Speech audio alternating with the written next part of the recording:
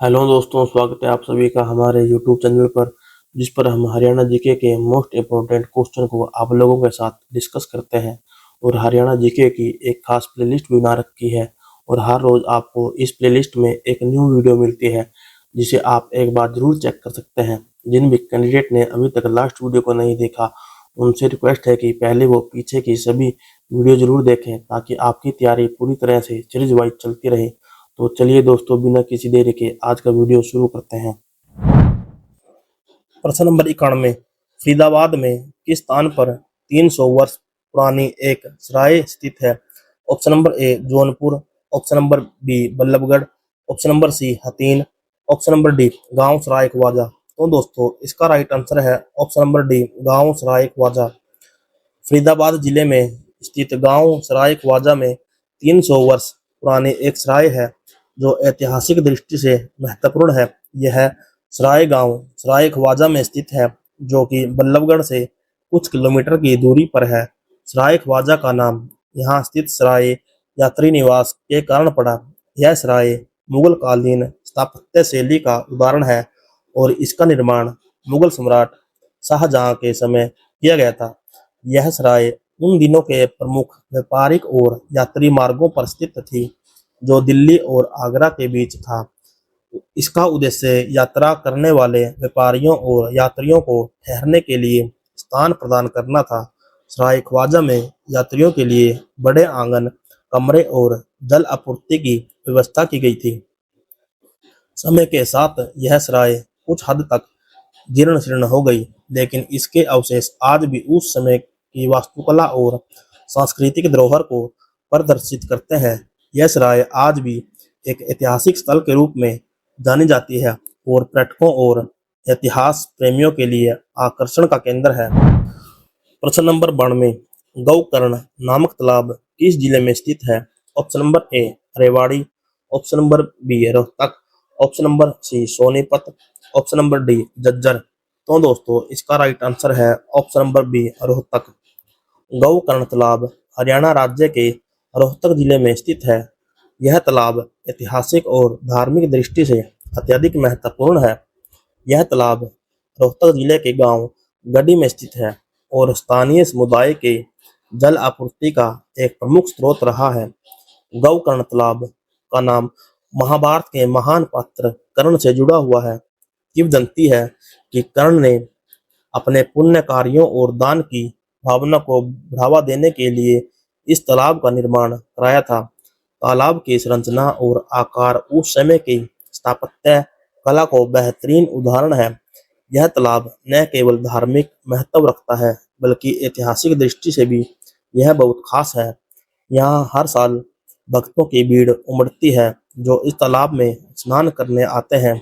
समय के साथ तालाब का आकार कम हो गया है, लेकिन यह अब भी गांव और आसपास के क्षेत्रों में पानी की आपूर्ति का स्रोत बना हुआ है।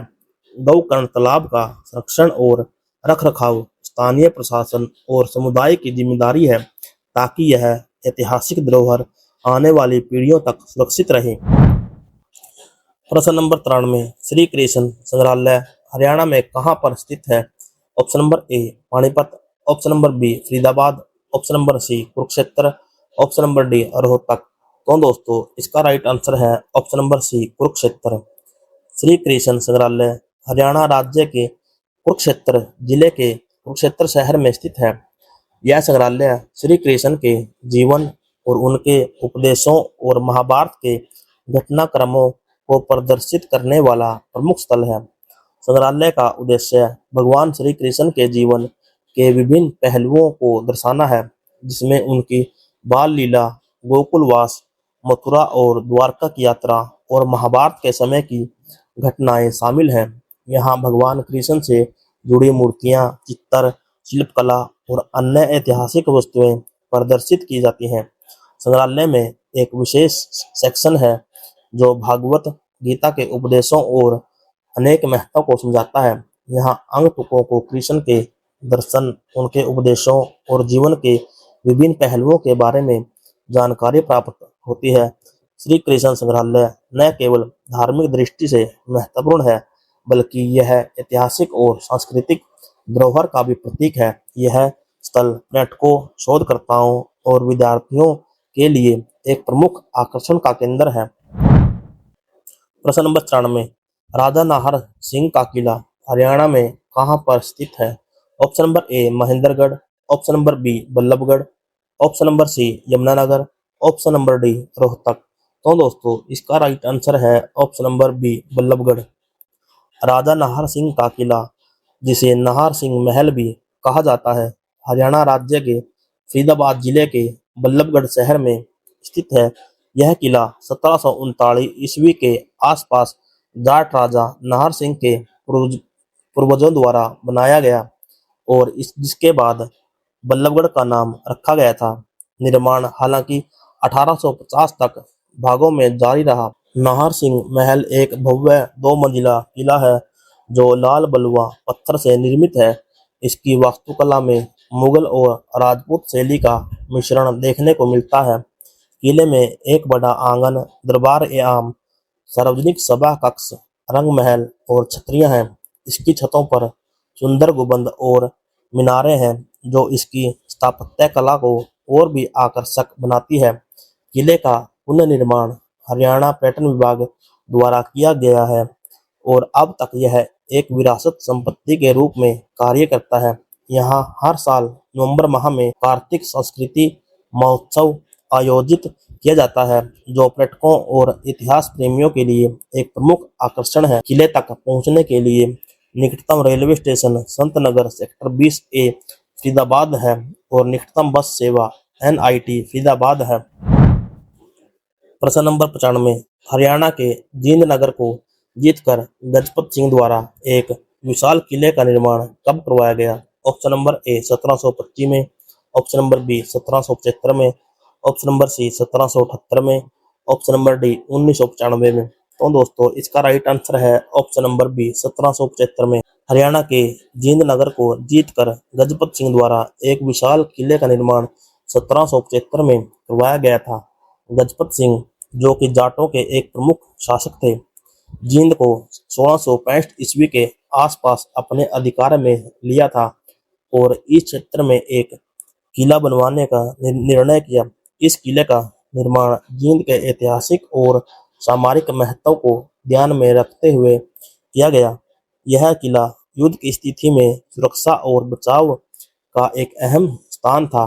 किले की स्थापत्य कला में उस समय की लोकप्रिय शैली का मिश्रण था, जिसमें मजबूत दीवारें, ऊंची मीनारें और खाइयां शामिल थी, जो शत्रुओं से बचाव के लिए उपयोगी थी। गजपत सिंह ने इस किले का निर्माण केवल सुरक्षा के उद्देश्य से नहीं, बल्कि अपनी शक्ति और समृद्धि को प्रदर्शित करने के लिए किया। किले का महत्व आज भी बना हुआ है और यह जींद शहर का एक प्रमुख ऐतिहासिक स्थल है। समय के साथ किला जींद के इतिहास और संस्कृति का प्रतीक बन चुका है, जो न केवल स्थानीय लोगों के लिए बल्कि इतिहास प्रेमियों और पर्यटकों के लिए भी आकर्षण का केंद्र है। प्रश्न नंबर 96, गोहाना नामक ऐतिहासिक कस्बा हरियाणा के किस जिले में स्थित है? Option number A Panipat, option number B Rewari, option number C Sonipat, option number D Sirsa. तो दोस्तों इसका राइट आंसर है option number C Sonipat. Gohana नामक ऐतिहासिक कस्बा हरियाणा के जिला सोनीपत में स्थित है। गोहाना ऐतिहासिक दृष्टि से महत्वपूर्ण है और यहाँ कई प्राचीन मंदिर, किले, ऐतिहासिक स्थल स्थित है। यह कस्बा न केवल अपनी ऐतिहासिक धरोहर के लिए प्रसिद्ध है, बल्कि कृषि और व्यापारिक दृष्टि से एक महत्वपूर्ण स्थान रखता है। गोहाना का ऐतिहासिक महत्व इसे हरियाणा के प्रमुख कस्बों में से एक बनाता है।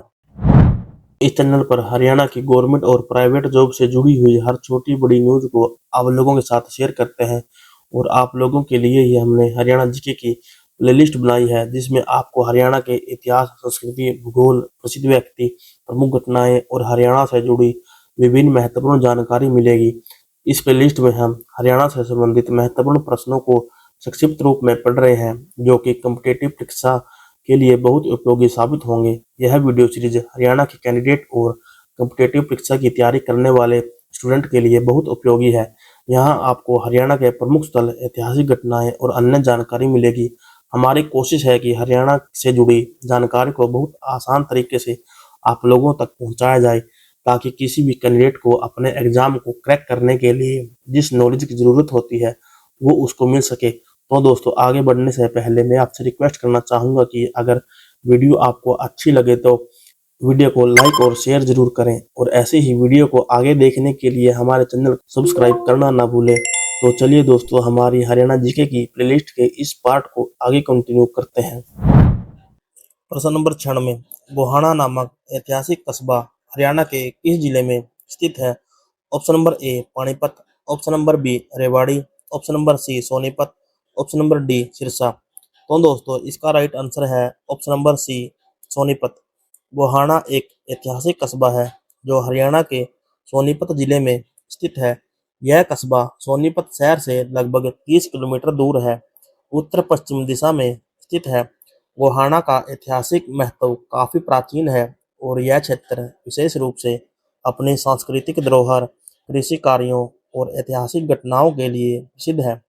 गोहाना का नाम प्राचीन संस्कृत शब्द गो यानी कि गाय से लिया गया है, जिसका अर्थ है गायों का स्थान। यह कस्बा मुख्य रूप से कृषि प्रधान क्षेत्र है और यहाँ की प्रमुख फसलें गेहूं, धान और गन्ना है। इसके अलावा गोहाना के आसपास के क्षेत्रों में धातु कार्य और हस्तशिल्प भी प्रसिद्ध है।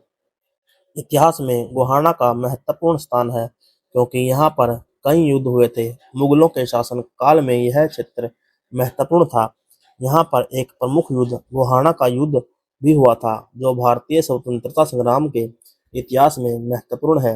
गोहाना में स्थित प्राचीन मंदिर, मस्जिदें और अन्य ऐतिहासिक स्थल इस कस्बे की समृद्ध सांस्कृतिक धरोहर को दर्शाते हैं। प्रश्न नंबर 97, निम्न में से कौन वर्ष 2016 में हरियाणा का जिला बना? Option number A Tosham, option number B Loharu, option number C Charkhi Dadri, option number D Badhra. तो दोस्तों, इसका राइट आंसर है option number C Charkhi Dadri.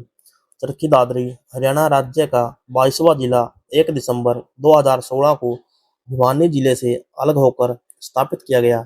इसका मुख्यालय चरखी दादरी नगर है, जो दिल्ली से लगभग 112 किलोमीटर और चंडीगढ़ से 295 किलोमीटर दूर स्थित है। इतिहास के अनुसार यह क्षेत्र 12वीं शताब्दी में राजा बिल्हान सिंह फोगाट द्वारा बसाया गया था। 1857 के स्वतंत्रता संग्राम के दौरान दादरी के नवाब बहादुर जंग खान ने अंग्रेजों के सामने आत्मसमर्पण किया, जिसके बाद यह क्षेत्र जींद रियासत के राजा स्वरूप सिंह को सौंप दिया गया। 1864 में राजा रघुवीर सिंह के खिलाफ 50 गांवों ने विद्रोह किया, जिसे कुचल दिया गया और चरखी, मानकवास और झांझू गांवों को जला दिया गया। 12 नवंबर 1996 को 12 नवंबर 1996 को चरखी दादरी के अवकाश में 2 विमानों की टक्कर में 349 लोगों की मृत्यु हुई, जो विश्व की सबसे घातक मिड एयर टक्कर थी। वर्तमान में जिले में 2 उपभाग चरखी दादरी और बाडड़ा, 2 तहसीलें और एक उप तहसील भोंद कला है। 2011 की जनगणना के अनुसार जिले की जनसंख्या 5,02,276 है, जिसमें हरियाणवी और हिंदी प्रमुख भाषाएं हैं। प्रश्न नंबर 98, हरियाणा के बहादुरगढ़ नामक ऐतिहासिक कस्बे का प्राचीन नाम क्या था? Option number A Charkhabad, option number B Betwabad, option number C Sarfabad, option number D Hasinpur. तो दोस्तों, इसका राइट आंसर है option number C Sarfabad. Haryana के बहादुरगढ़ कस्बे का प्राचीन नाम सरफाबाद था।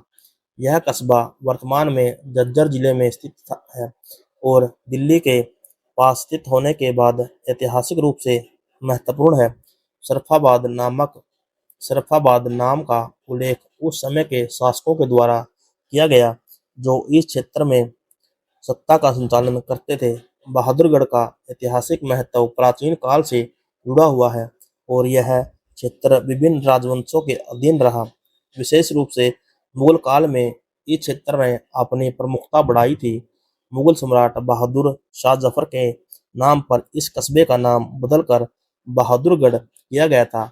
इस क्षेत्र का विकास उस समय हुआ जब यह क्षेत्र सामरिक दृष्टि से महत्वपूर्ण था और यहाँ कई किलों, किलेदारों और पुरानी इमारतों के अवशेष मिलते हैं।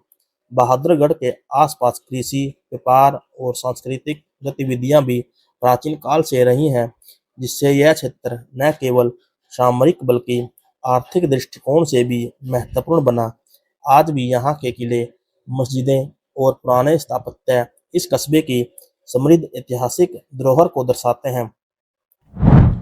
प्रश्न नंबर 99, आदि बद्री नामक पुराने गांव किस जिले में स्थित है? Option number A Bhiwani, option number B Sirsa, option number C Yamunanagar, option number D Rewari. तो दोस्तों इसका राइट आंसर है ऑप्शन नंबर सी यमुनानगर।